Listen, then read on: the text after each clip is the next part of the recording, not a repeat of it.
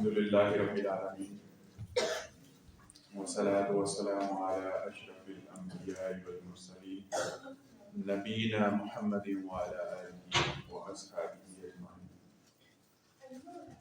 اعوذ باللہ من الشیطان الرجیم، بسم اللہ الرحمن الرحیم۔ قال تبارک و تعالی کما ورد فی سورۃ الصاد کتاب انزلناہ الیک مبارک، یہ کتاب ہم نے آپ کی طرف جو نازل کی ہے یہ بڑی برکت والی ہے۔ لیدبروا آیاتہ، اور یہ ہم نے نازل اس لیے کی ہے کہ اس کی آیتوں کے اوپر غور کیا جائے، تدبر کیا جائے۔ ولیتذکر اولو الالباب، اور یہ ہم نے جو نازل کی ہے کتاب اس لیے کی ہے کہ عقل والے اس سے نصیحت حاصل کریں۔ وقال عز وجل کما ورد فی سورہ ابراہیم ھذا بلاغ للناس، یہ تمام انسانیوں کے لیے، تمام جہانوں کے لیے، ساری انسانیت کے لیے ایک پیغام ہے۔ ھذا بلاغ للناس ولینذروا بہ، اور یہ اس لیے ہے کہ سب لوگ آگاہ ہو جائیں، سب لوگ خبردار ہو جائیں۔ وَلِيُنذَرُوا بِهِ وَلِيَعْلَمُوا أَنَّمَا هُوَ إِلَٰهُكُمْ إِلَٰهٌ وَاحِدٌ وَلِيَذَّكَّرَ أُولُو الْأَلْبَابِ، اور یہ پیغام ہم نے اس لیے بھیجا ہے کہ تمہارا الہ ایک وہ الہ ہے، اور وہ کیا چاہتا ہے یہ اس کی مرضی ہے، تم تلاش کرو، لیکن یہ ابلاغ ہم نے اس لیے کیا ہے کہ وہ تمہارا ایک الہ ہے اور عقل والے اس سے نصیحت حاصل کریں۔ صدق اللہ العظیم۔ رب اشرح لی صدری ویسر لی امری واحلل عقدۃ من لسانی یفقہوا قولی۔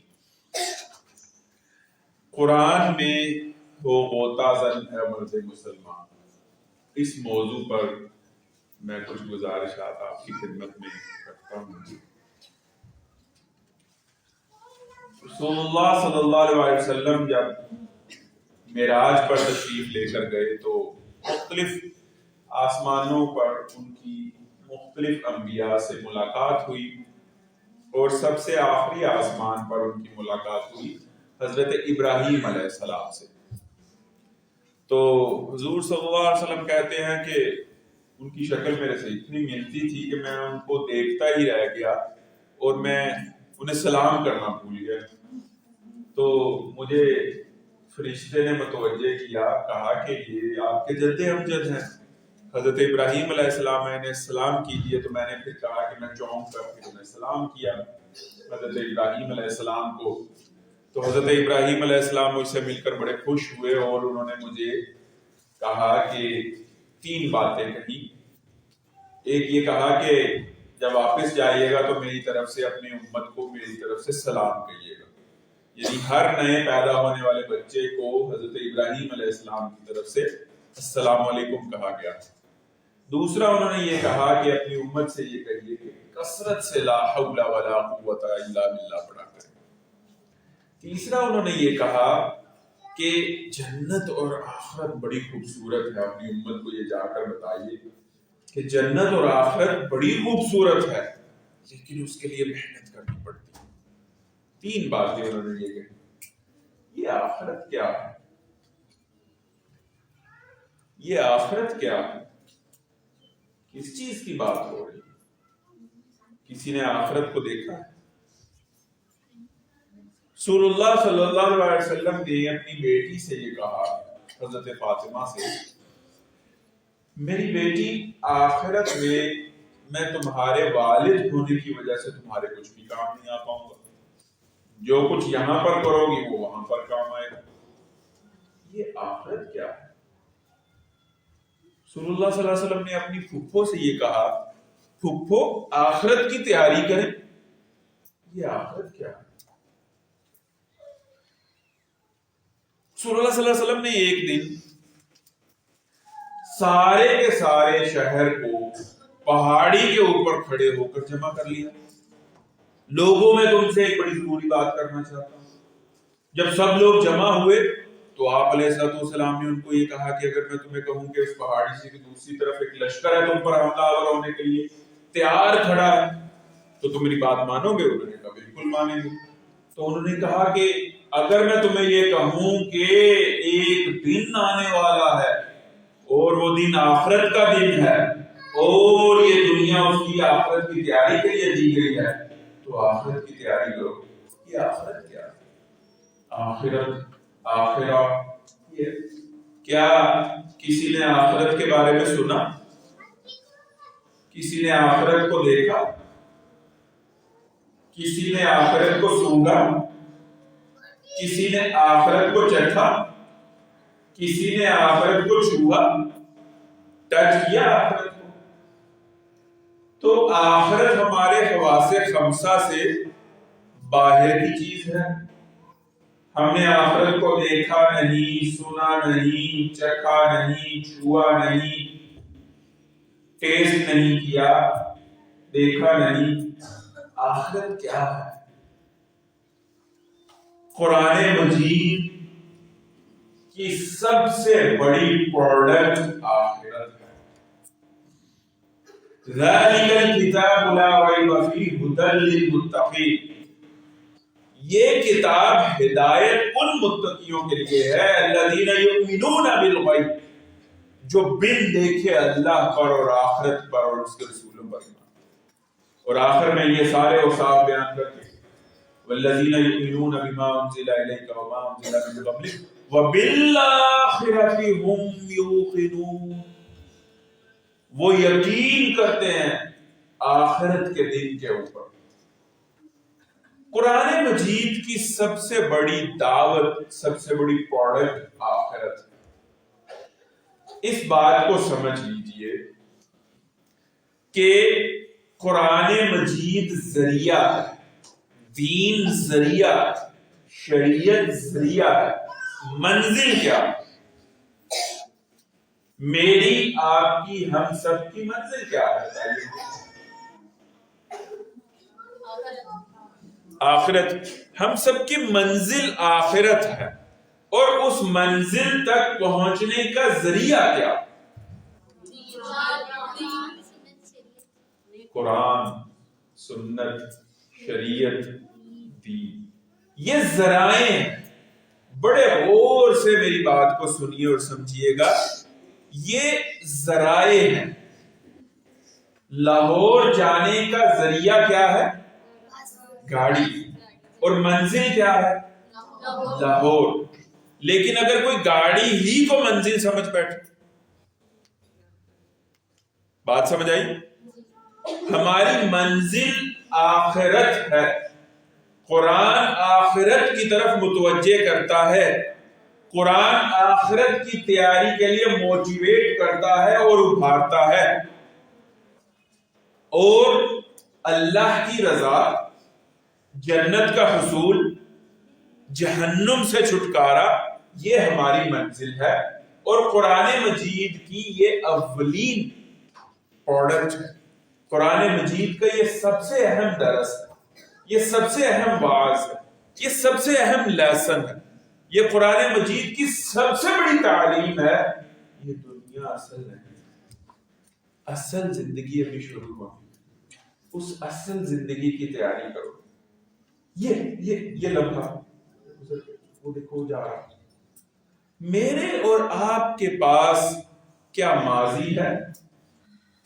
1 گھنٹہ پہلے کو آپ واپس لے کر آئے، لا سکتی؟ ساری کی ساری ٹیکنالوجی کو بروئے کار لے آئی، پوری دنیا کے سائنٹسٹ جمع ہو جائیں اور ہم سب ایک ٹانگ پر کھڑے ہو کر تہجد کی نماز ادا کر کے دعائیں مانگے، یا اللہ 1 دن تو کیا 1 گھنٹہ واپس کر دے، سورج کو تھوڑا سا پیچھے لے جائے. کیا ہوگا ایسا؟ کبھی بھی نہیں ہوگا. یہ اللہ کا قانون ہی نہیں. وقت گزرا ہوا کبھی بھی واپس نہیں آتا. تو میرے اور آپ کے پاس جو وقت گزر گیا ہے اس کا کچھ ہو سکتا ہے؟ اچھا 5 منٹ بعد کیا ہوگا؟ کیا میں اور آپ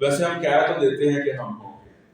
ایک دفعہ رسول اللہ صلی اللہ علیہ وسلم نے بھی یہی کویسچن اپنے صحابہ کے سامنے پٹ کیا تھا, تم بتاؤ کتنی دیر رہو گے؟ انہوں نے بڑے ایمانی جذبات میں ڈوب کر کہا کہ ابھی ہوں, شاید ابھی نہیں, کل نہیں, ابھی تم بتاؤ. انہوں نے کہا کہ شاید آپ کی مجلس سے اٹھ کر گھر جانا نصیب نہ ہو. رسول اللہ صلی اللہ علیہ وسلم بڑے حیران ہوئے, کہنے لگے واللہ محمد جو اللہ کا رسول ہے, میں اس اللہ کی قسم کھا کر کہتا ہوں جس کے قبضے میں میری جان ہے, محمد کو نہیں پتا کہ اگلی پلک جھپکنی نصیب ہوگی نہ. کل ٹمارو آئے گا یا نہیں آئے گا, اور کیا ہم اس کو یوٹیلائز کر پائیں گے یا نہیں کر پائیں گے. ہمیں فیوچر کا نہیں اندازہ ہے. ہمارے پاس یہ لمحہ وہ جا رہا ہے, گزر گئے, پاس بن گیا, ماضی بن گیا. یہ ہر لمحہ بھاگتا ہوا چلا جا رہا ہے. اور آپ کو پتا ہے کہ ایک لمحے کو استعمال کرنے سے میں کہاں سے کہاں پہنچ سکتا ہوں. حدیث میں آتا ہے کہ ایک اونچے والے درجے کا جنتی نیچے والے درجے کے جنتی کو کس طرح سے متوجہ کرے گا. وہ کنزیکٹیولی صرف ایک درجہ نیچے کا جنتی اللہ سے کہے گا کہ یا اللہ مجھے یہ کیسی خوشبو آ رہی ہے. اللہ پاک اس کو فرشتے بتائیں گے کہ تم سے اوپر والے درجے کے جنتی نے کروٹ لی. اللہ سے پوچھے گا کہ یا اللہ اس کا ایسا کون سا عمل تھا کہ میں مست ہو گیا ہوں اس کے کروٹ لینے کی خوشبو سے. تو اس کو بتایا جائے گا کہ اس نے تم سے زندگی میں صرف ایک دفعہ زیادہ سبحان اللہ کہا. یعنی جتنے ٹوٹل اعمال تھے اس میں سے ایک سبحان اللہ اس کا تمہارے سے زیادہ ہے, جس سے تم سے ایک درجہ اوپر اس کو ملا. اور ایک درجے کے اوپر والے جنتی کو ہم پتہ ہے کیسے دیکھیں گے؟ جیسے رسول اللہ صلی اللہ علیہ وسلم نے فرمایا تم دنیا میں ستاروں کو دیکھتے, یہ ستارے دن میں کہیں غائب نہیں ہو جاتے, یہ یہیں پر موجود ہوتے ہیں. سورج کی روشنی کی وجہ سے ہمیں ستارے نظر نہیں آتے. اور پتہ ہے آپ کو یہ ستارے کیا ہیں؟ یہ کسی اور سولر سسٹم کا سن ہوتے ہیں, کسی اور نظام شمسی کا سورج ہوتے ہیں. اور ہم ابھی صرف اپنے ساتھ والے سیارے مریخ تک نہیں جا سکتے. پلوٹو تک پتہ نہیں کب انسانیت یا سائنس پہنچے گی کہ نہیں, اور نظام شمسی سے باہر ہم جا سکتے ہیں کہ نہیں جا سکتے. تو اتنے نظام شمسی ہیں تو یہ کسی اور نظام شمسی کا سورج ہے. اور ہم جیسے ان ستاروں کو دیکھتے ہیں, ایک درجے سے اوپر والے درجے کا جنتی ایسے دیکھے گا اپنے سے اوپر والے درجے کے جنتی کو, اور اس کا صرف ایک سبحان اللہ زیادہ ہوگا. ایک سبحان اللہ کہنے میں کتنے لمحے لگتے ہیں؟ 1 سیکنڈ اور 1 لمحہ. یعنی ایک لمحہ استعمال کرنے سے میں کہاں سے کہاں پہنچ گیا. اور اس ایک لمحے کو برباد کرنے سے یا میں وہیں رکا رہا یا میں جہنم کے گڑھے میں سپیڈ آف لائٹ کے ساتھ گرتا چلا گیا. گناہ کرنے میں بھی وہ لذت جو ہوتی ہے نا, وہ یہاں یہ جو گوشت کا ایک چھچڑا ہے, یہ ہماری اسکل کھوپڑی میں دماغ جس کو کہتے ہیں, یہاں پر ایک الیکٹرک امپلس پیدا ہوتی ہے جب ہم لذت حاصل کر رہے ہوتے ہیں, من پسند منظر کو دیکھ رہے ہوتے ہیں. تو وہ ایک لمحہ ہوتا ہے بس. تو اس ایک لذت کے لمحے کو پانے کے لیے شاید گناہ کی پلاننگ کرتے کرتے میں جہنم کے کتنے گڑھے میں گر رہا ہوں. تو اصل ہماری منزل آخرت ہے, اور قرآن مجید آخرت کا راستہ بتاتا ہے. مجھے یہ بتائیے کہ کیا کوئی تیراک سمندر میں غوطہ زن ہو اور غوطہ زن ہونے کے بعد اس کے ہاتھوں میں کچھ نہ آئے تو ہم اس کو کیا کہیں گے؟ اگر کسی کے ہاتھ میں آخرت کا موتی قرآن میں غوطہ زن ہونے کے بعد نہیں آیا ہے تو پھر اس کی تیراکی کو کیا کہیں, اس کے کورس کو کیا کہیں, اس کے سرٹیفکیٹ کو کیا کہیں, اس ادارے کو کیا کہیں, اس تحریک کو کیا کہیں, اس نظام تربیت کو کیا کہیں, اس نظام دعوت کو کیا کہیں. اصل توجہ کرنے کی چیز یہ ہے جس پر میں بار بار شاید ریپیٹیشن کے ساتھ یہ الفاظ دہرا رہا ہوں کہ ہماری منزل آخرت ہے. آخرت کی طرف قرآن لے کر جاتا ہے اور قرآن ہی آخرت تک پہنچانے کا ذریعہ ہے. اور قرآن مجید میں غوطہ زن ہونا, قرآن کو سمجھنا, قرآن کا کورس کرنا, قرآن کے حقوق کو ادا کرنا، قرآن کو تجوید کے ساتھ پڑھنا، قرآن کا ترجمہ پڑھنا، قرآن کے دورے میں شامل ہونا، قرآن. اور بڑی الحمدللہ یہ خوش آئند بات ہے، امت میں جا بجا انسٹیٹیوٹس ہیں، اہتمام ہو رہا ہے کورسز کا، آن لائن کورسز کا، ورچوئل کورسز کا، اقامتی کورسز کا. اور الحمدللہ ایک وقت تھا کہ امت میں نظام تعلیم کا مرکز اور محور قرآن مجید تھا، سیرت رسول تھی، سنت رسول صلی اللہ علیہ وسلم اور احادیث تھی. لیکن پھر جب امپیریلزم کا دور آیا، ہم غلام بنائے گئے ہیں اور ڈائیکاٹمی آئی ہے ہمارے نظام تعلیم میں، تو ہمارے اس نظام تعلیم میں سے قرآن کو کھرچ کھرچ کر نکالا گیا. لیکن الحمدللہ اب نظام تعلیم میں تو دوبارہ قرآن مجید آہستہ آہستہ آ رہا ہے، لیکن اس سے بہت پہلے سے اس قسم کے اداروں نے کوششیں کر کے امت کو قرآن کی طرف متوجہ کیا ہے. اور الحمدللہ یہ میرے سامنے بچیاں بیٹھی ہوئی یہ کورسز کرتی ہیں، لوگ وسائل اکٹھے کرتے ہیں، رمضان میں مارکیاں بک کروائی جاتی ہیں اور پورے قرآن کا دورہ کروایا جاتا ہے. بڑی انتہائی خوش آئند بات ہے. لیکن پھر آپ بھی اس کو دہرائیے اور ریپیٹ کیجئے، قرآن کے سمندر میں سے غوطہ زن ہونے کے بعد اصل ہیرا، جو جواہرات اور جو موتی ہمارے ہاتھ میں آنے چاہیے، وہ یہ ہے کہ آخرت کی تیاری کے لیے کتنی لگن ہے، کتنی یکسوئی ہے، کتنا اخلاص ہے، کتنی قوت عمل ہے، کتنی تڑپ ہے، کتنی استقامت ہے، کتنی منصوبہ بندی ہے. یہ اصل جوہر اور وہ نگینا ہے جس کو قرآن مجید کے تمام کورسز کا اصل نقطہ ہونا چاہیے. قرآن مجید میں غوطہ زن ہونے سے انسان کی زندگی میں بہت ساری تبدیلیاں آتی ہیں. قرآن مجید کے مقامات بڑے پڑے، سورہ فرقان اٹھا کر دیکھ لیجیے، سورہ حجرات اٹھا کر دیکھ لیجیے، سورہ معارج اٹھا کر دیکھ لیجیے، سورہ لقمان اٹھا کر دیکھ لیجیے، سورہ شورا اٹھا کر دیکھ لیجیے. کیٹاگوری کے لیے یہ بتایا گیا کہ بندہ مومن ایسا ایسا ایسا ایسا ایسا ایسا ہوتا ہے، مجھے ایسا بندہ چاہیے. اللہ خود تربیت فرما رہے. یعنی میں آپ میں سے اس بچی کو کہوں بیٹا ادھر آئیے، ذرا ادھر آئیے بیٹا، ایسے کیا کریں بیٹا، آپ مجھے آپ بڑی اچھی لگتی ہیں اور میں یہ چاہتا ہوں کہ آپ کی شخصیت میں یہ اوصاف اور کمالات پیدا ہو جائیں. بالکل اسی طرح سے قرآن مجید کو پڑھتے ہوئے اور قرآن مجید میں غوطہ زن ہوتے ہوئے آپ ان کیفیات سے ذرا سرشار ہو کر دیکھیے گا کہ اللہ میری تربیت فرما رہے. وہ الصمد ذات جو کہ ایک طرف یہ فرما رہے ہیں کہ اگر اس دنیا و ما فیہا کی حیثیت اللہ اس بے نیاز ہستی کی نظر میں کسی مچھر یا مکھی کے پر سے بھی زیادہ ہوتی، اس دنیا کی وقت وہ کسی کافر کو پانی کی ایک بوند نہ دیتا. لیکن وہ بے نیاز، وہ الصمد ذات اور ہستی میری تربیت کے لیے فکر مند، میری نجات کے لیے فکر مند ہے. وہ قرآن مجید میں کس طرح سے بتا رہا ہے پوائنٹس کی شکل میں، اور وہ کس طرح سے اللہ رب العزت چاہتا ہے کہ میں اس کتاب کو سمجھوں، میں اس سے وابستہ ہو جاؤں، میں اس کتاب سے باتیں کروں، اس کتاب سے انٹریکٹ کروں، اس کتاب کو کھولوں، اس کتاب کی طالبہ بن جاؤں، اس کتاب کی یونیورسٹی میں ایڈمیشن لے لوں، ہائی لائٹر پکڑا ہو، اس کے نوٹس بنا رہی ہوں، اس کے نکات ڈرائیو کروں، اس کی معلمہ بن جاؤں، اس کی مدرسہ بن جاؤں، اس کا نظام قائم کرنے کے لیے اللہ نے براہ راست مجھے یہ کہا. کیا آپ کو قرآن مجید پڑھتے ہوئے بڑا اہم اور لطیف نقطہ ہے، ذرا اس کو نوٹ کیجئے گا. قرآن مجید رسول اللہ صلی اللہ علیہ وسلم کے اوپر نازل ہوا، ہمیں رسول اللہ صلی اللہ علیہ وسلم کے ذریعے سے عطا ہوا. اب رسول اللہ صلی اللہ علیہ وسلم کی تعلیمات کے بغیر ہم قرآن کو نہیں سمجھ سکتے. کہ نہیں سمجھ سکتے؟ اولین تفسیر قرآن مجید کے اولین مفسر کون ہے؟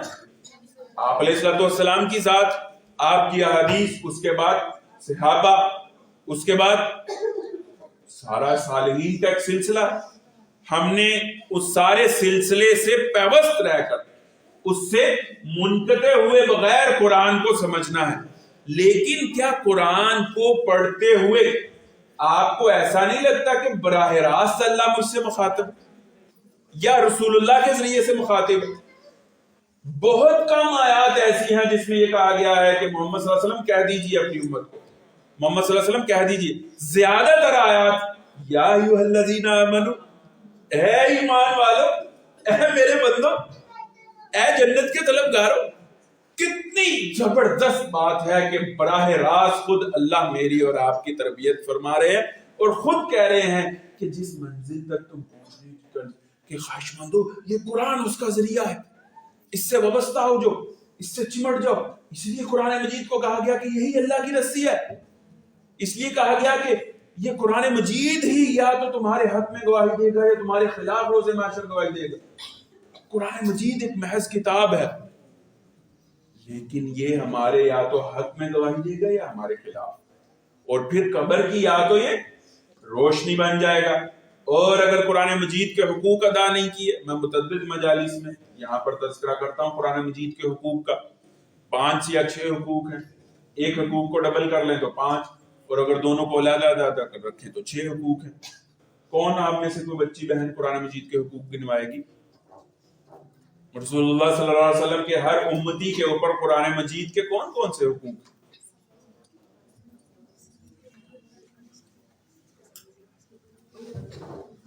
جی ادھر سے. جی قرآن کو پڑھنا، ٹھیک ہے، سمجھنا، اس پر عمل کرنا اور اس کو آگے پھیلانا. 4 ہو گئے، اقامت 5 ہو گئے. شاباش، ماشاءاللہ، مرحبا، بہت عمدہ. قرآن مجید کا پہلا حق یہ ہے کہ قرآن مجید پر صحیح طرح سے ایمان لے کر آیا جائے. قرآن کا پہلا حق کیا ہے؟ پہلا حق کیا ہے؟ قرآن پر صحیح ایمان. اچھا، میں آگے جا کر تھوڑا سا نا اس کی تفصیل میں جاؤں گا کہ ایمان ہوتا کیا، ایمان ہوتا کیا. ابھی آپ اس کو صرف نوٹ کر لیجیے، اپنے ذہن میں محفوظ کر لیجیے. قرآن پر ایمان. قرآن کا دوسرا حق کیا ہے؟ قرآن مجید کو صحیح عربی لہجے اور تلفظ میں پڑھنے کی کوشش کرنا اور اس کو سیکھنا. اس لیے کہ حکماً اللہ کے نبی صلی اللہ علیہ وسلم نے فرمایا اتلو القرآن بلحون العرب، قرآن کو عربوں کے لہجے میں پڑھنا سیکھو. زینوا القرآن باصواتکم، قرآن کو اپنی آوازوں کے ذریعے سے خوبصورت بناؤ. ان اللہ یحب ان یقرأ القرآن کما انزل، اللہ کو تو یہ مطلوب ہے، اللہ تو یہ چاہتا ہے کہ قرآن مجید کو اس مکی اور حجازی لہجے میں پڑھنا سیکھا جائے جس میں وہ نازل ہوا ہے. جبکہ ہم قرآن مجید کو اٹک کر پڑھتے ہیں، ہم قرآن مجید کو اغلاط اور غلطیوں سے پڑھتے ہیں، ہم قرآن مجید کو ایسے لہجے اور تلفظ میں پڑھتے ہیں کہ ہم باقی تمام چیزیں صحیح پڑھتے ہیں، درست پڑھتے ہیں. اچھا، سمجھنا تو درکنار، کیسے توڑ موڑ کر قرآن مجید پڑھتے ہیں، لیکن اس کی وجہ سے قرآن پڑھنا چھوڑنا نہیں ہے. جو اٹک کر پڑھتا ہے اس کے لیے بہت زیادہ اجر کا وعدہ کیا گیا، لیکن اس کو یہ چاہیے کہ قرآن مجید کو درست لہجے میں پڑھنا سیکھنے کی کوشش کرے کہیں سے بھی. اب دیکھیے یہ ادارہ ہمارے لیے اللہ کی کتنی بڑی رحمت. یہاں پر آپ کو بلایا جاتا ہے، واٹس ایپ کیے جاتے ہیں، اطلاعات دی جاتی ہیں، پرسنل میسج بھیجے جاتے ہیں، کسی بندے کے ذریعے سے پیغامات بھیجے جاتے ہیں، بینرنگ کی جاتی ہے، یہ کورس ہو رہا ہے، یہ کورس ہو رہا ہے، یہ کورس ہو رہا ہے. تو کیا اب ہم اللہ کی عدالت میں کھڑے ہو کر یہ کہہ سکیں کہ یا اللہ میں تو ساری عمر قرآن مجید اٹک کر پڑھتی، غلط لہجے میں پڑھتی، غلط تلفظ سے پڑھتی، اور قرآن مجید کی ایک آیت کو بھی سمجھ نہیں پاتی، میں تو اس کا ترجمہ نہیں، بالکل مجھے سر سے گزر جاتا. تو ایسا نہیں ہونا چاہیے اللہ کے دربار میں. یہی وہ آخرہ ہے جس کی ہم نے تیاری کرنی ہے، اور ذریعہ قرآن کے حقوق کی ادائیگی ہی آخرت میں ہمیں سرخ رو اور کامیاب کرے. تو قرآن مجید کو درست عربی لہجے میں پڑھنے کی کوشش کرنا، صحیح کوشش کرنا. دیکھیے میں اسلام آباد سے آیا، ابھی سیدھا آیا ہوں، 1-1.5 گھنٹہ یا رکوں گا اور یہاں سے واپس چلا جاؤں گا. میں نے کوشش کی ہے تو پہنچاؤں گا، یا خواہش کی ہے. یار میں اگر اپنے دوستوں میں بیٹھ کر کہتا رہتا یار میں آج اسلام آباد جانا چاہتا ہوں، تو وہ پوچھتے کیسے، پھر گئے نہیں. بس جانا چاہتا تھا، انہوں نے کہنا تو پھر گئے نہیں، نکلے کیوں نہیں، صبح اٹھے کیوں نہیں. بس بڑی خواہش تو بڑی. خواہش اور کوشش میں فرق ہوتا ہے. خواہش میں بس لذت، امان، خواہش. مثلا میں نے کسی کا جنازہ پڑھنا ہو، دوست کے والد کا جنازہ پڑھنا ہو، تو میں صرف خواہش سے پہنچ جاؤں گا جنازے. میں نے اپنی بہن کی شادی کرنی ہو تو خواہش سے ہو جائے. میں نے اپنے بچوں کا پیٹ پالنا ہو تو صرف خواہش سے پیٹ پل جائے گا. دودھ والے کا بل کون دے گا؟ بجلی کا بل کون دے گا؟ بچوں کے اسکول کی فیس کون دے گا؟ یہ خواہشات سے نہیں ہوتا، یہ کوشش سے ہوتا ہے۔ جیسے ان کاموں کے لیے ہم کوشش کرتے ہیں، دودھ والے کا بل خواہش سے ادا نہیں ہوتا، کوشش سے ادا ہوتا ہے۔ اسی طرح سے قرآن مجید سمجھنا کوشش سے آتا ہے، خواہش سے نہیں آتا۔ ہاں، خواہش بنیادی ارادہ ضرور ہے، ایک بنیادی خواہش اس درس کو، اس گفتگو کو، اس ٹاک کو سننے کے بعد آپ کے دل میں پیدا ہوئی، لیکن اس کے بعد آپ نے اس کی ایگزیکیوشن ہی نہیں کی، آپ نے اس کو عمل میں ڈھالا ہی نہیں ہے، تو یہ محض ایک خواہش کیا آپ کو اللہ کے دربار میں سرخرو کر لے گی، بچا لے گی؟ یہ قرآن مجید آپ کی قبر میں روشنی کر دے گا؟ نہیں کرے گا۔ تو قرآن پر صحیح ایمان، جس کی میں تھوڑی سی ایکسپلینیشن آگے بھی رکھوں گا اللہ کی توفیق سے، قرآن مجید کو درست لہجے میں پڑھنا، اور قرآن مجید کا تیسرا حل کیا ہے کہ قرآن مجید کو سمجھنا۔ ہم ایس ایم ایس بھی سمجھتے ہیں، ہم واٹس ایپ بھی سمجھتے ہیں، ہم روڈ کے اوپر لگا ہوا بورڈ بھی سمجھتے ہیں، ہم ڈائجسٹ بھی سمجھتے ہیں، ہم ہر رکا اور خط سمجھتے ہیں، لیکن ہم قرآن مجید کو نہیں براہ راست سمجھ پاتے۔ ہم فزکس کی کتاب بھی سمجھتے ہیں، آئی ٹی کی بھی سمجھتے ہیں، لا کے بھی سمجھتے ہیں، فائنانس کی بھی سمجھتے ہیں، میڈیکل سائنس کی بھی سمجھتے ہیں، لیکن ہم قرآن مجید کیوں نہیں سمجھتے؟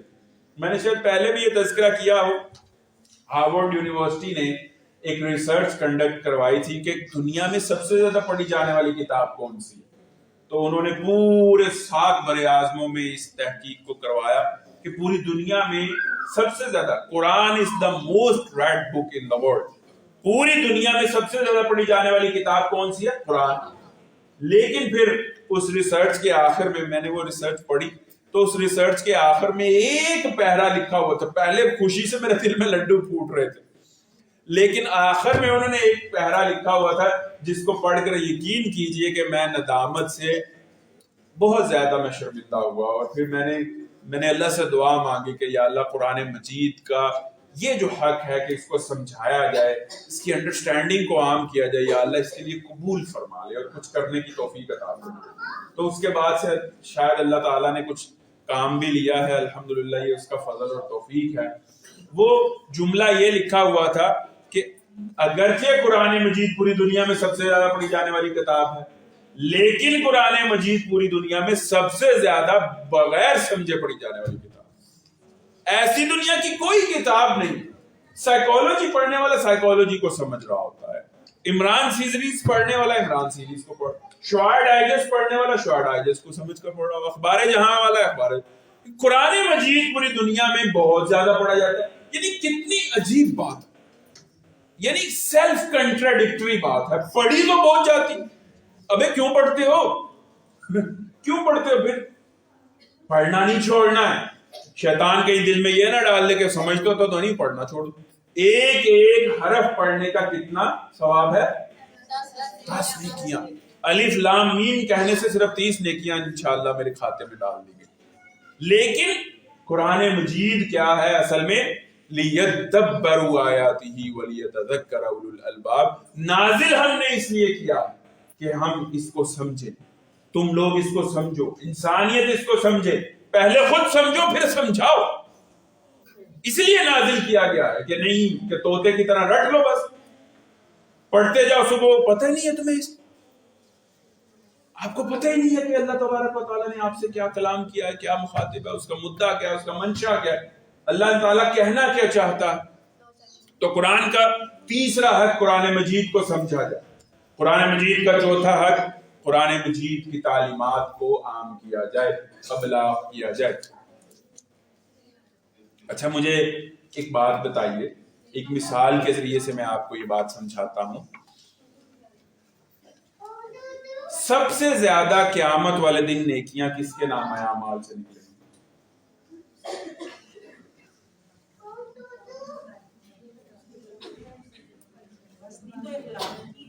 نہیں، کس بندے کے نام اعمال سے سب سے زیادہ نیکیاں نکلیں گی قیامت والے دن؟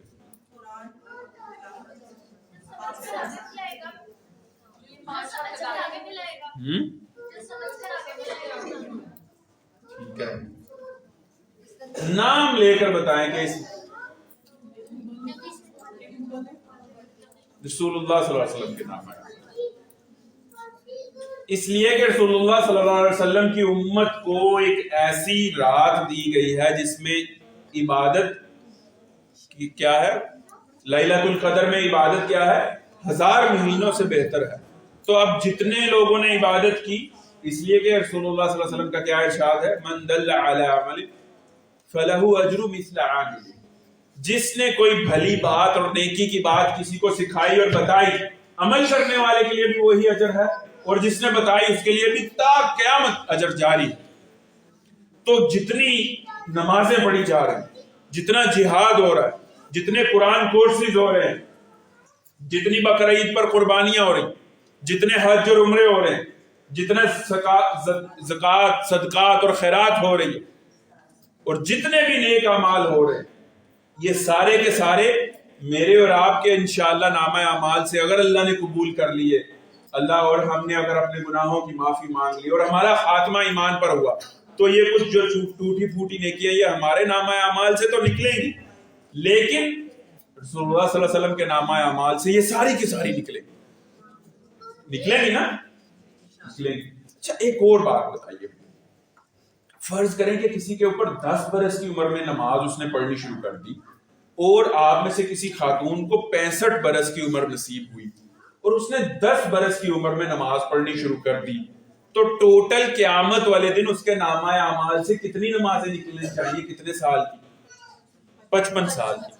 کل عمر تھی 65 برس، نماز باقاعدگی سے پڑھنی شروع کر دی 10 برس کی عمر میں. اب قیامت والے دن اس کے نامہ اعمال سے 55 سال کی نمازیں نکلنی چاہیے. ایک سال میں کتنی نمازیں ہوتی ہیں؟ ذرا کیجئے 365 ضرب 5، کیلکولیٹر نکالیے کوئی. 365 ضرب 5 کیجئے، 1825. ایک سال میں 1825 نمازوں کا ہم نے اللہ کو پوری کر کے حساب دینا ہے. میں فرضوں کی بات کر رہا ہوں. اب 55 سال میں کتنی نمازیں نکلتی ہیں؟ 1825 ضرب 55 کیجئے، 10,375. پھر سے کریں. ایک سال میں تو 2000 تو ایک سال میں نکل رہی ہے تقریباً. 55 ضرب 1825 کیجئے،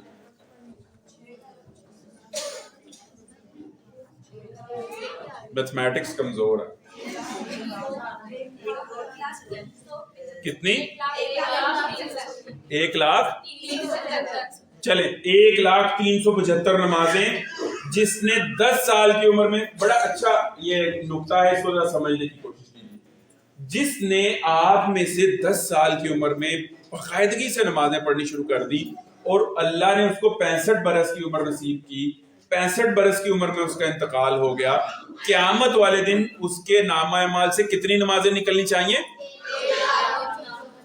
1,0375 نمازوں کی کاؤنٹنگ ہوگی باقاعدہ، اور پوری کرنی ہے اس کو وہ نمازیں اپنی. اچھا کیا یہ ممکن ہے کہ کسی کے نامہ اعمال میں سے قیامت والے دن 1 ملین نمازیں نکل آئیں، 10 لاکھ نمازیں نکل آئیں، یا وہ بھی پریشان ہے یہ میں نے تو نہیں پڑھی، یہ کیا ہو گیا، میں یہ نمازیں کہاں سے آ گئی، میری تو عمر. اچھا 10 لاکھ نمازیں پڑھنے کے لیے کتنی عمر درکار؟ 10 لاکھ کو ڈیوائیڈ کیجئے 1825 سے، 10 لاکھ کو ڈیوائیڈ کیجئے 1825 سے،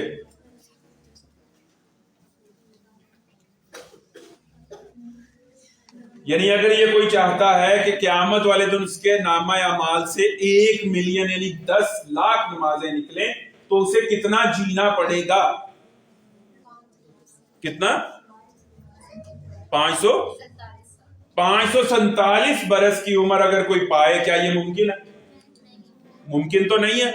547 برس چاہیے 10 لاکھ نمازیں پڑھنے کے لیے، لیکن آپ میں سے مجھ میں سے کسی کے خوش نصیب کے نامہ اعمال میں سے قیامت والے دن 10 لاکھ نمازیں نکل آئیں.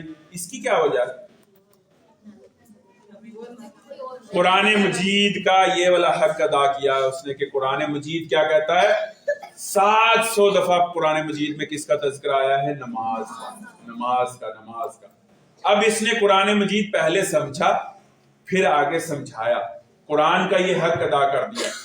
کتنے بندوں کو ایک بندے کے نامہ اعمال میں سے کتنی نمازیں اپروکسیمیٹلی نکل رہی ہیں؟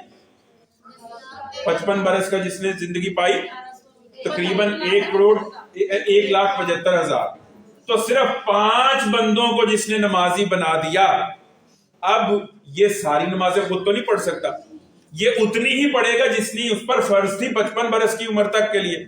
لیکن 5 سے 10 بندوں کو اگر آپ نے قرآن مجید کا یہ حق سمجھا دیا اور قرآن سے وابستہ کر دیا, یعنی بہت کلیئرٹی کے ساتھ میں نے آپ کو یہ سمجھایا ہے کہ سارے سچ اس کی ساری حیائیں, اس کے سارے ادب, اس کا سارا صدقہ و خیرات, اس کے سارے روزے اور اس کی سارے نمازیں اس کے نامہ اعمال میں سے بھی نکلیں گی اور آپ کے نامہ اعمال میں سے بھی نکلیں گی. مجھے یہ بتائیے کہ درجات کی بلندی کا اس سے زیادہ شارٹ کٹ کوئی اور ہو سکتا؟ قرآن مجید کی تعلیمات کا ابلاغ کرنا. اور اللہ اس ادارے میں برکت دے. اس ادارے کی جو ناظمہ ہے, اس ادارے کی جو ٹیم ہے, انہوں نے کتنی بچیوں کی زندگیوں میں انقلاب برپا کر, کتنی بچیوں کو قرآن مجید پڑھایا. میری اللہ سے دعا ہے کہ یہ سارے کے سارے ان بچیوں کے صالح اعمال اللہ اپنی بارگاہ عالیہ میں قبول فرمائے, اور اس ادارے کی ٹیم کے نامہ اعمال میں سے بھی وہ تمام اعمال نکلے اور اللہ انہیں بلند درجات نصیب فرمائے. اور پھر قرآن مجید کا اگلا حق یہ ہے کہ قرآن مجید کے نظام کو قائم, غالب اور نافذ کرنے کی عملی طور پر سوسائٹی میں جدوجہد کی جائے.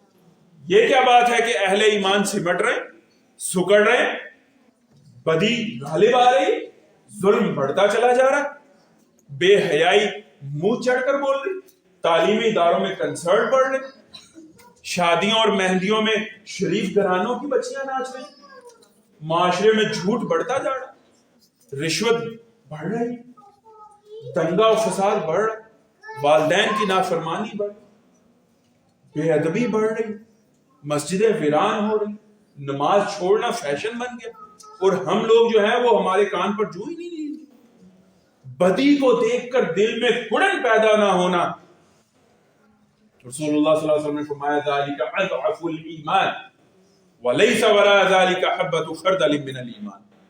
یہ میں تو نہیں کہہ رہا, یہ الفاظ کس کے ہیں, میری تو صرف زبان استعمال ہو رہی کہ برائی کو دیکھ کر دل میں اس کو بدلنے کی, حالات کو بدلنے کی, حالات کا رخ بدلنے کی, حالات کا دھارا بدلنے کی, اہل حق کے پلڑے میں اپنا وزن ڈالنے کی کوشش نہیں کی, ایسے اداروں کو مضبوط کرنے کی کوشش نہیں کیا, نہ وقت لگایا, نہ مال لگایا, نہ ان کا دست و بازو بنے ہیں, نہ ان کے لیے دعائیں کی ہیں راتوں کو اٹھ کر. تو کیا کڑن ہے دل میں بدی کے خلاف؟ اللہ کے نبی صلی اللہ علیہ وسلم نے فرمایا یہ سب سے ضعیف ایمان, سب سے کمزور ایمان. اور حضرت جابر بن عبداللہ جس حدیث کے راوی ہیں وہ رونگٹے کھڑے کر دیتی. اللہ کے نبی صلی اللہ علیہ وسلم نے فرمایا کہ ان اللہ عز وجل اوحى الى جبرائیل ان اقلب قریۃ فلان علی اہلها. حضرت جبرائیل علیہ السلام کو یہ حکم ہوا کہ فلان بستی کو اس کے رہنے والوں کے اوپر الٹ دو. قال جبرائیل یا ربی ان فیہا عبدک فلان لا یاسک طرفۃ عین. یا اللہ اس میں تو تیرا ایک ایسے حاجی صاحب بھی ہیں, ایک ایسی حاجن صاحبہ بھی ہیں جو ہر وقت تسبیح کرتی رہتی, جو ہر وقت روزے سے رہتی, جو بہت قرآن پڑھتی ہیں, جو بڑی پارسا ہے, جو بڑی اللہ والی ہے.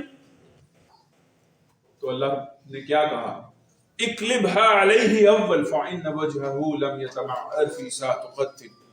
جب معاشرے میں دین یتیم ہو رہا تھا, شیطانیت بڑھ رہی تھی, لبرلزم بڑھ رہی تھی, اباحیت بڑھ رہی تھی, فتنے بڑھ رہے تھے, یہ صرف اس کو اللہ اللہ کرنے سے اس کے فإن وجہہ لم یتمعر فی ساعۃ قط, غیرت ایمانی سے اس کا چہرہ سرخ کیوں نہیں ہوا؟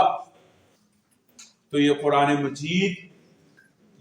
مجید میں غوطہ زن ہونے والے کے لیے ازحد ضروری ہے کہ قرآن مجید کے اس حق کی ادائیگی کے لیے بھی کمر بستہ ہو جائے, ورنہ لینے کے دینے پڑ سکتے.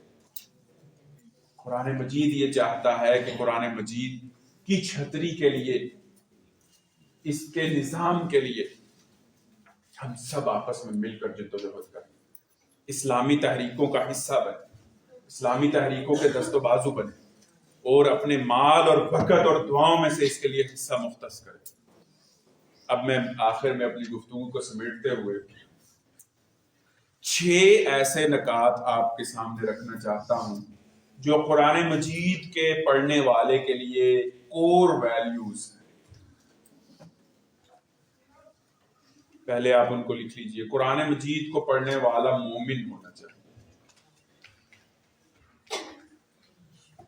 نمبر 2، قرآن مجید کو پڑھنے والے میں مقصدیت ہونی چاہیے. نمبر 3، قرآن مجید کو پڑھنے والے کو متحرک ہونا چاہیے. نمبر 4، قرآن مجید کو پڑھنے والے کو متوازن ہونا چاہیے. نمبر 5، قرآن مجید کے پڑھنے والے میں مواخات کا ایٹیٹیوڈ ہونا چاہیے، مواخات. اور نمبر 6، قرآن مجید کو پڑھنے والے کو مزکی ہونا چاہیے.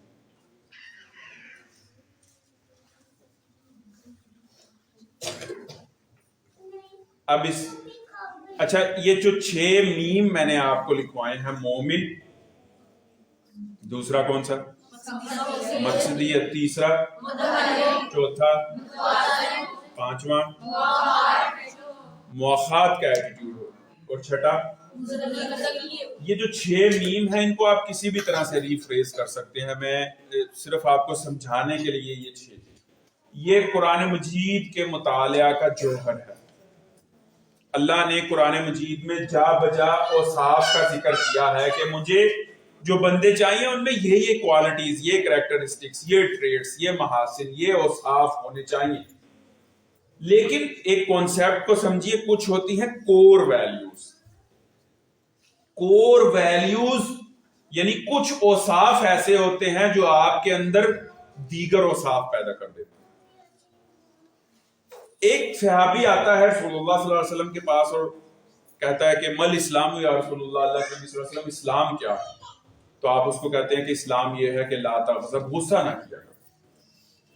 اس لیے کہ رسول اللہ صلی اللہ علیہ وسلم کو پتا ہے کہ اگر اس کا ایک غصہ کنٹرول ہو جائے تو اس کی شخصیت میں جتنی بھی اچھائیاں ہیں ان کو ڈیولپ ہونے کا موقع مل جائے گا.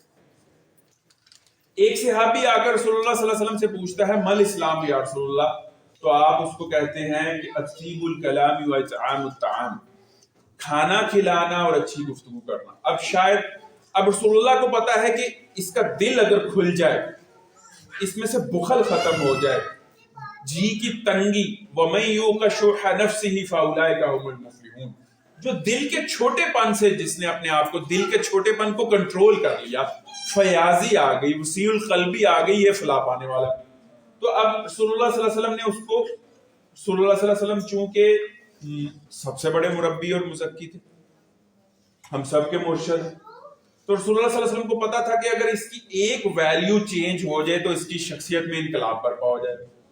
ایک صحابی آتا ہے وہ رسول اللہ سے سوال پوچھتا ہے مل اسلام یا رسول اللہ. ایک ہی 3 مختلف اوقات میں 3 مختلف افراد آ رہے ہیں اور لیکن کوسچن ایک ہی کر رہے ہیں کہ اسلام کیا ہے. تو رسول اللہ صلی اللہ علیہ وسلم ان کو اسلام وہ بتاتے ہیں کہ اگر تم اپنے اندر یہ چیز، یہ تمہارا ویک ایریا ہے اور یہ تمہاری اسٹرینتھس ہیں، تمہاری شخصیت کی خوبیاں یہ ہیں اور تمہارے ویک کمزور ایریاز یہ ہیں، اس کو ٹھیک کر دو. تو اس صحابی کو رسول اللہ صلی اللہ علیہ وسلم فرماتے ہیں کہ اسلام یہ ہے، قولوا لا الہ الا اللہ ثم استقیموا، کہو کہ اللہ ایک ہے اور اوپر ڈٹ جاؤ. یعنی یہ صحابی شاید یو ٹرن لیتا تھا، اس کی زندگی میں استقامت نہیں تھی، یہ کبھی کچھ سوچتا تھا، کبھی کچھ پلان کرتا تھا، کبھی کچھ کرتا نظر آ رہا ہوتا تھا. رسول اللہ صلی اللہ علیہ وسلم نے ایک ڈائریکشن پکڑ لو، بس تمہارا اسلام یہ ہے.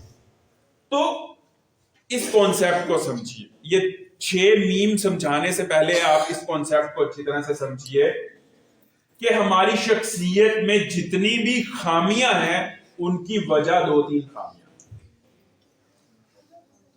اور اگر ہم نے اپنی شخصیت کی 3-4 خوبیوں کو اچھی طرح سے پکا کر لیا تو ہم قرآن مجید کے اس سمندر میں غوطہ زن ہونے کے بعد انشاءاللہ آخرت کو پا جائیں. کتنی بڑی بات میں کر رہا ہوں. یعنی یہ سب کچھ، یہ صحیح و جہد کس لیے ہے؟ فمن زحزح عن النار وادخل الجنۃ فقد فاز.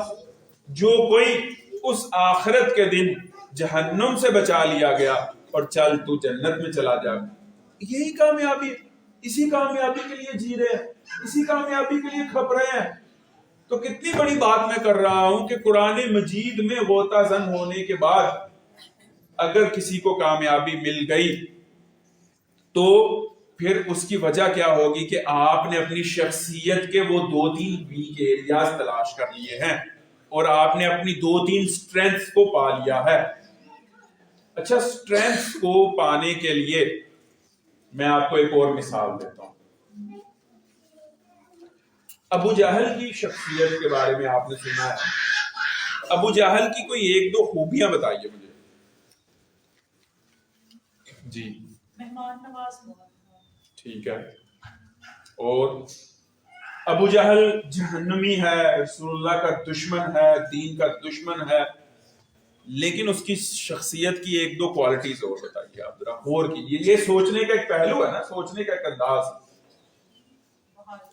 بہادر تھا. اچھا چلیں ایک اور. آج سے 2-3-2-2.5 سال پہلے نیوزی لینڈ کی مسجد میں ایک شخص نے، ایک عیسائی کافر نے گھس کر 2 مسجدوں میں فائرنگ کی اور بہت سارے مسلمانوں کو شہید کر دیا. پتا ہے نا آپ کو اس واقعہ کا؟ کس کس کو پتا ہے؟ نیوزی لینڈ کی مسجد میں. اب وہ جو شخص تھا اس کی 2-3 کوالٹیز مجھے بتائیے. بہادر تھا، اور بہادر ہو گیا، اور بہادر ہو گیا، بالکل ٹھیک ہے. انٹیلیجنٹ تھا، اور یہ تو ہو گیا بہادر، نڈر. انٹیلیجنٹ اور ذہین دو آئی ہیں باتیں. سوچئے. پلانر تھا. He was a very good planner. اس نے سروے کیا اس مسجد میں نماز جمعہ کب ہوتا ہے، انٹرنس کے راستے کب ہیں، کدھر سے نکل رہے ہوں گے لوگ، دوسری مسجد تک میں نے کہاں سے پہنچنا ہے. پلانر تھا اور ایگزیکیوٹر تھا. آگے. بالکل دھن کا پکا تھا. بہادر تھا، ذہین تھا، منصوبہ ساز تھا، دھن کا پکا تھا. بالکل تھا. اور جی ہاں، اس نے مطلوبہ مہارت حاصل کی. کسی کام کو پایہ تکمیل تک پہنچانے کے لیے ایک خاص سکل سیٹ چاہیے ہوتا ہے. اس نے وہ سکل سیٹ حاصل کیا. گن چلانی ہے، ڈرائیونگ کرنی ہے، ٹیکنالوجی اورینٹڈ تھا وہ. اس نے اپنے یہاں پر ایک کیمرہ لگایا، ساری ویڈیو شوٹ کی اور فوراً اس کو یوٹیوب پر ڈال کر وائرل کر دیا. اور اس کے میگزین کے اوپر کیا لکھا ہوا تھا؟ میگزین کے اوپر کیا لکھا ہوا تھا؟ آج تک وہ عیسائی جنہوں نے مسلمانوں کا قتل عام کیا ہے، اس نے پینٹر کے پاس جا کر ان سب کے نام میگزین اور اپنی گن پر لکھوائے. اس کا مطلب کیا ہے؟ وہ اپنے اسلاف سے جڑا ہوا تھا، وہ اپنی تاریخ سے جڑا ہوا تھا، وہ اپنی ہسٹری سے اور اپنی روایت سے اور اپنے کلچر سے جڑا ہوا تھا. تو ایک مسلم دشمنی کا باطل نظریہ، اسلام دشمنی کا باطل نظریہ جو اس کو جہنم میں لے جائے گا، ایک باطل نظریہ بھی اگر انسان کو ذہین بنا سکتا ہے، منصوبہ ساز بنا سکتا ہے، دھن کا پکا بنا سکتا ہے اور اپنی اسلاف سے جوڑ سکتا ہے، تو ایک حق کا نظریہ، ہدایت والا نظریہ، قرآن کا نظریہ ہماری شخصیت میں اور ہمارے بچوں میں کیا اوصاف پیدا کرے گا، ہم تصور کر سکتے ہیں؟ ایمان لے آنے کے بعد فوراً ہی صحابہ مکمل چینج کیوں ہو جاتے تھے؟ کیوں چینج ہو جاتے فوراً؟ حضرت عمر جیسے ہی ایمان لے کر آئے سارے گناہ کیوں چھوٹ گئے؟ بیہیویئر ٹوٹل 180 ڈگری پر کیوں چینج ہو گیا؟ ایک نظریہ، مقصدیت. بالکل یہ کانسیپٹ سمجھیے کہ جب انسان کسی مقصد سے وابستہ ہو جاتا ہے تو اس کی شخصیت میں بالکل تبدیلی آ جاتی ہے، اور اگر وہ صرف اپنی ایک دو ویک ایریاز کو کنٹرول کر لے تو ان ویک ایریاز کی وجہ سے اس کی شخصیت میں جو بہت زیادہ پوٹینشل ہوتا ہے اللہ تبارک و تعالیٰ کے ساتھ تعلق کا، اخلاق کا، خیر کا، حق کا راہی ہونے کا، اس دو تین خامیوں کو کنٹرول کرنے کی وجہ سے وہ سارا کا سارا جس کو کہتے ہیں بلوکیج کھل جاتی ہے، وہ ڈکا کھل جاتا ہے۔ میں اس کا جواب بعد میں دیتا ہوں، پہلے مجھے اپنی طرح گفتگو کو مکمل کر لیں۔ یہاں تک بات آپ کو سمجھ آ رہی ہے؟ یہ کور کانسیپٹ کہ اگر ہم اپنی شخصیت کے وہ دو تین ویک ایریاز کو تلاش کر لیں جس کی وجہ سے ہماری شخصیت میں بہت ساری برائیاں آ رہی ہیں، اور اپنے ان دو تین سٹرینتھس کو اور اپنی خوبیوں کو تلاش کر لیں جن کو اگر ڈیولپ کر لیا ہم نے تو ہماری شخصیت مکمل طور پر چینج ہو کر ایک ایسی شخصیت بن جائے گی جو قرآن میں غوطہ زن ہو کر اللہ کو پا جائے گی اور آخرت کو پا جائے گی۔ یہ کانسیپٹ سمجھ آیا آپ کو؟ اب میں آتا ہوں ان 6 میم کی طرف۔ آپ کو میں 10 منٹ بس اور لے سکتا ہوں؟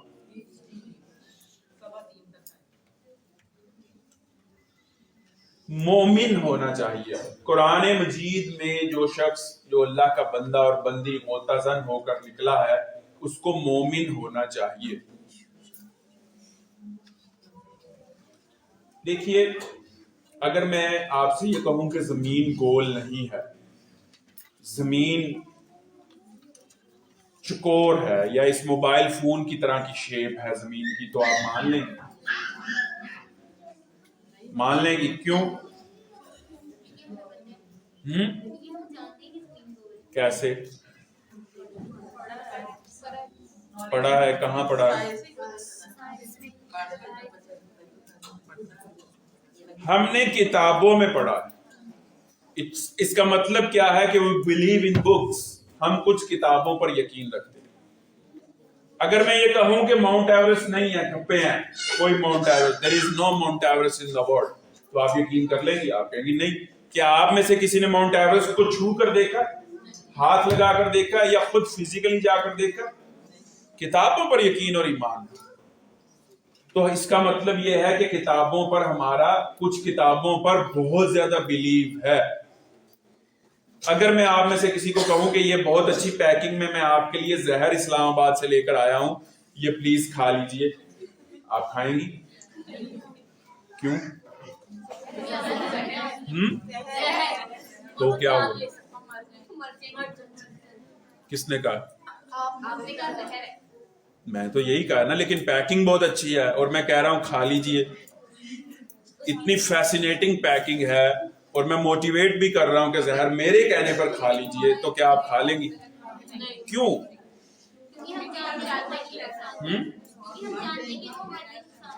کیسے جانتے؟ کہاں پہ پڑھا ہے؟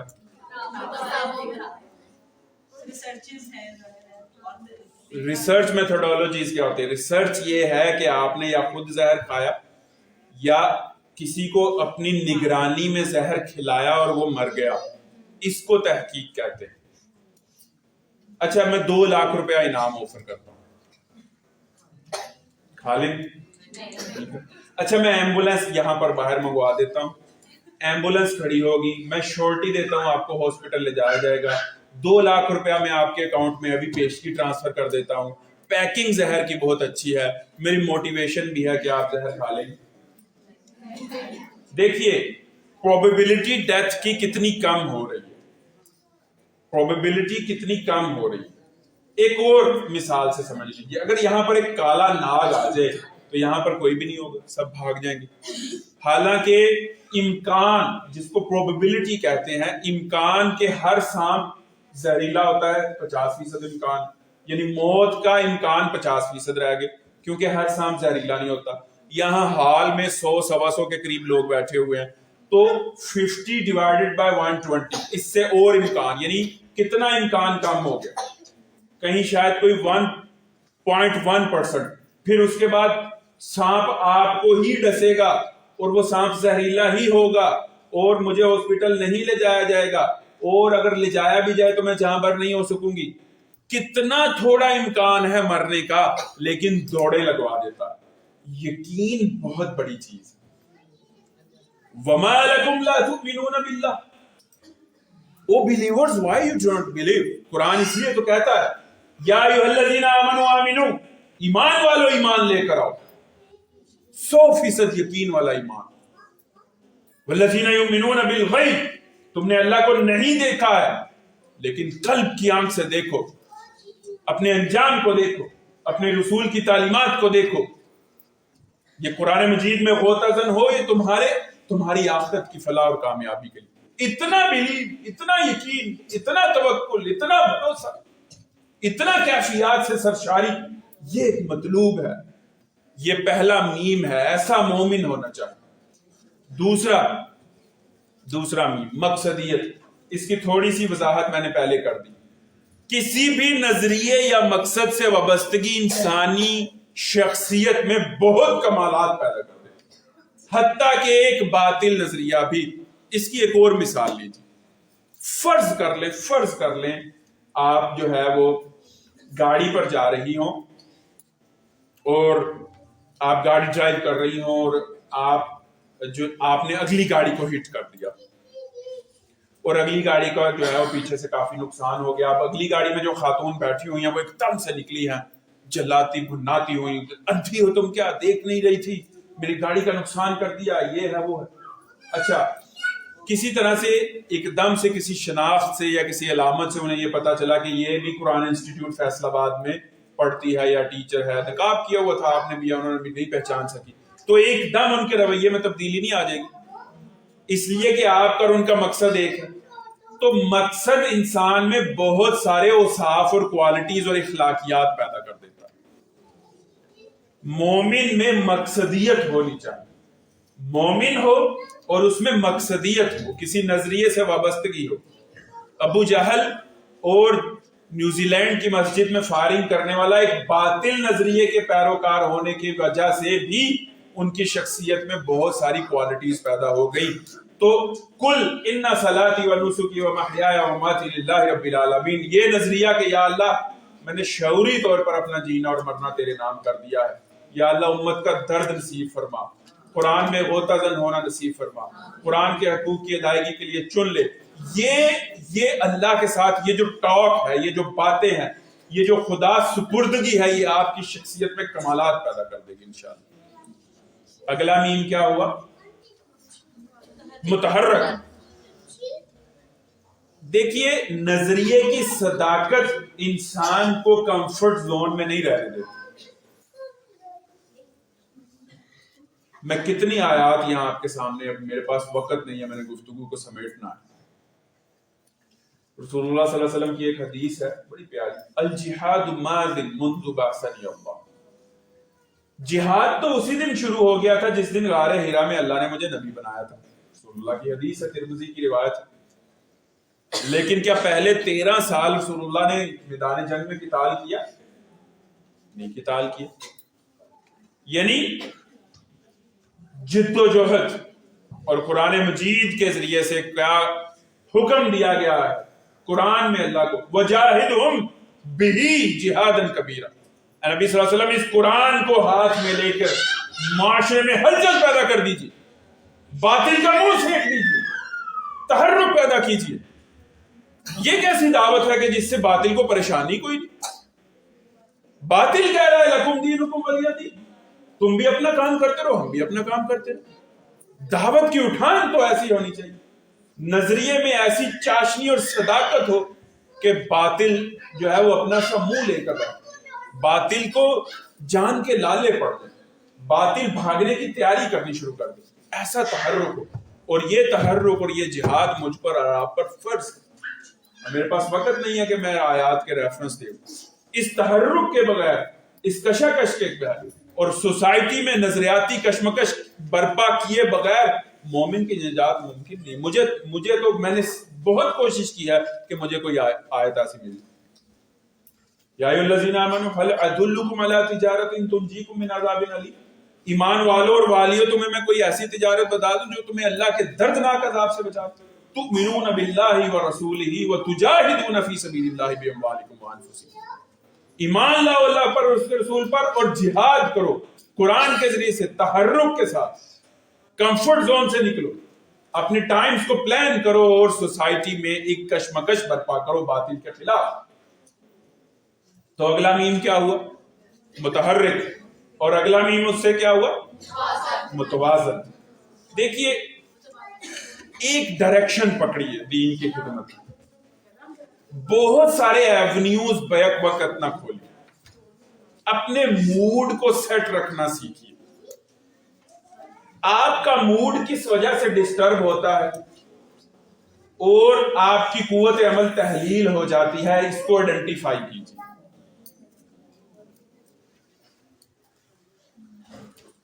ہر وقت تھکے تھکے رہنا، اکھڑے اکھڑے رہنا، دل اچاٹ رہنا اور بہت زیادہ ورک برڈن کو اپنے اوپر سوار کر کے کچھ بھی نہ کر پانا، اس کیفیت سے نکلیں۔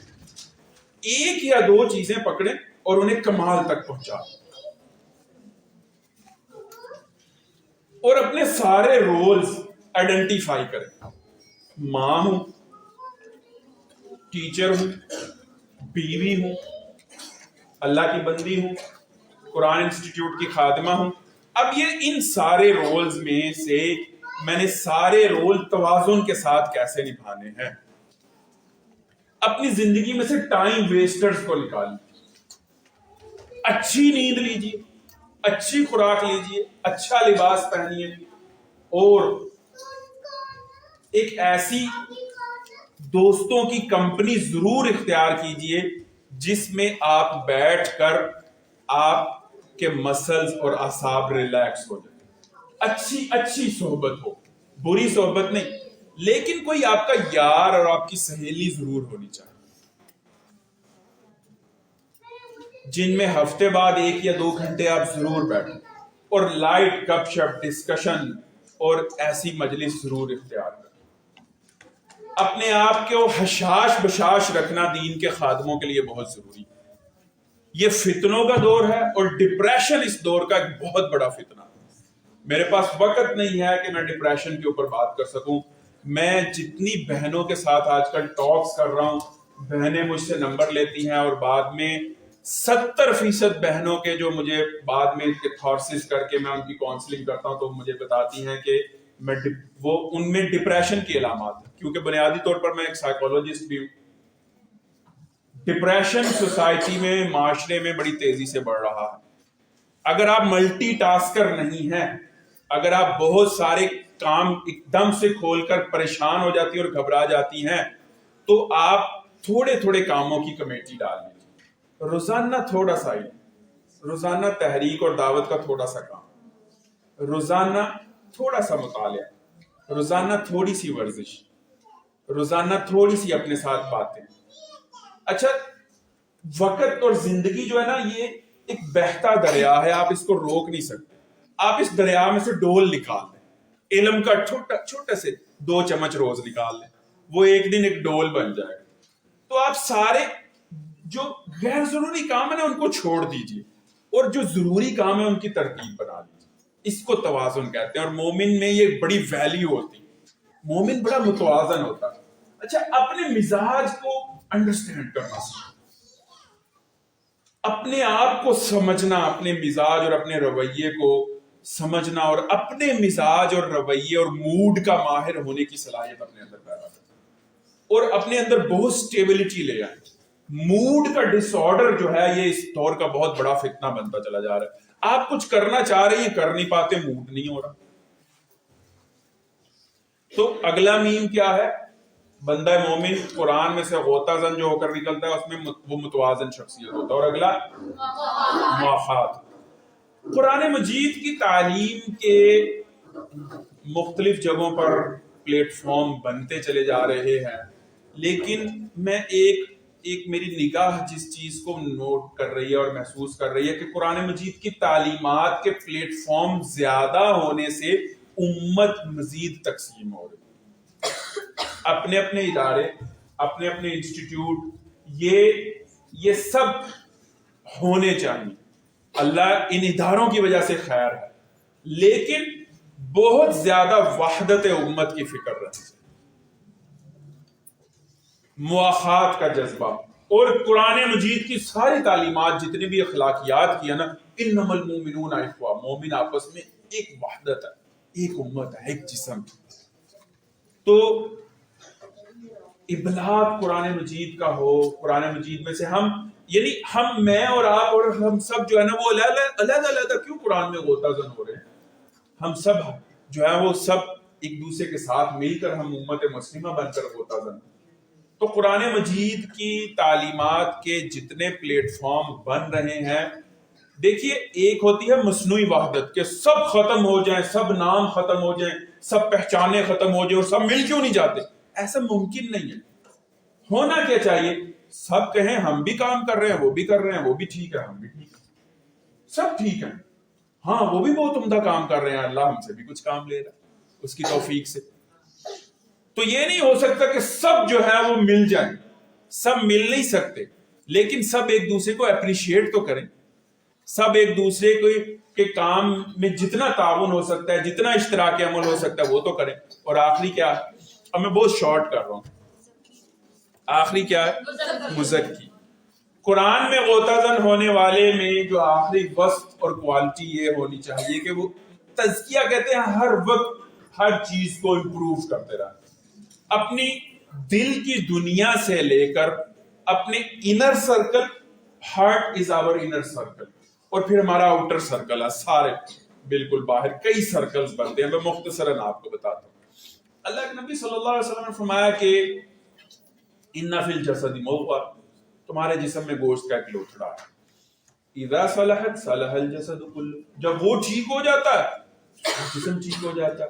واذا فسدت فسد الجسد کلہ, یہاں پر بگاڑ آتا ہے, یہاں سے ڈپریشن آتا ہے, یہاں سے ڈس آرڈر آتا ہے, یہاں سے خواہش نفس پیدا ہوتی ہے, یہ کرنا لوں, یہ دیکھنا لوں, یہ بکنا دوں, ادھر چلی نہ جاؤں. تو اگر یہ ٹھیک ہو گیا تو سب ٹھیک ہو جائے گا. تو تزکیہ کیا ہے, مومن ہر وقت مزکی رہتا ہے, اس کو پتہ چلتا ہے ابے تو خراب ہونے لگا, کیفیات پلٹ رہی ہیں. اچھا آپ یہ چیزیں کر کے دیکھیں, یہ بڑا مزہ آتا ہے ان چیزوں کو کرنے سے. 2 دن جو ہے وہ بہت زیادہ دل کی کیفیات کے اوپر, جیسے ای سی جی چل رہی ہوتی ہے نا, تو بالکل یہ دل کی کیفیات اور ایمان ای سی جی کی طرح. 2 دن اپنی روحانی ای سی جی کو دیکھتی رہے, اور 2 دن نہ دیکھیں, آپ کا نمازوں میں دل نہیں لگے گا. اور جن دنوں میں آپ اپنے دل کی کیفیات کو مانیٹر کر رہی ہیں اور پھر انڈرسٹینڈ کر رہی ہیں, رسپونڈ کر رہی ہیں, ان 2 دنوں میں دیکھیے گا سجدہ لمبا لمبا کرنے کو دل کرے گا, سجدے سے سر اٹھانے کو دل نہیں کرے گا. تو ہر چیز کی اصلاح, مثلا آپ بریانی بناتی ہیں, میں کیسے بہتر بناؤں, میں بچے کو پڑھاتی ہوں, کیسے بہتر بناؤں, اپنی بیٹی سے ڈائلاگ اور کنورسیشن کن الفاظ میں کرتی ہوں, کیسے بہتر کروں, شاپنگ کیسے بہتر کروں. بندہ مومن اپنی ہر چیز کو ڈیولپ اور ٹھیک کرنے کے لیے کاربند رہتا ہے. یہی مزکی, ہر چیز میں بہتری لائی ہے, زیادہ سے زیادہ چیزوں کو ٹھیک کرنے کی کوشش کیجئے, ریلیشن شپس کو ٹھیک کرنے کی کوشش کیجئے, ورکنگ سٹائل کو ٹھیک کرنے کی کوشش کیجئے, مطالعہ کرنے کے طریقے کو ٹھیک کرنے کے اور بہتر کرنے کی کوشش کیجئے. یہی تزکیہ ہے. اللہ تبارک و تعالیٰ سے دعا کرتا ہوں کہ اللہ تبارک و تعالیٰ یہ جو 6 کور ویلیوز ہیں یہ ہمیں عطا فرمائے, قرآن کے حقوق ادا کرنے کی توفیق عطا فرمائے, اور قرآن مجید میں سے غوطہ زن ہو کر ہم آخرت کے دربار میں اللہ کے ہاں سرخرو ہو جائیں. اقول قولی ھذا استغفر اللہ لی ولکم ولسائر المسلمین والمسلمات. السلام علیکم.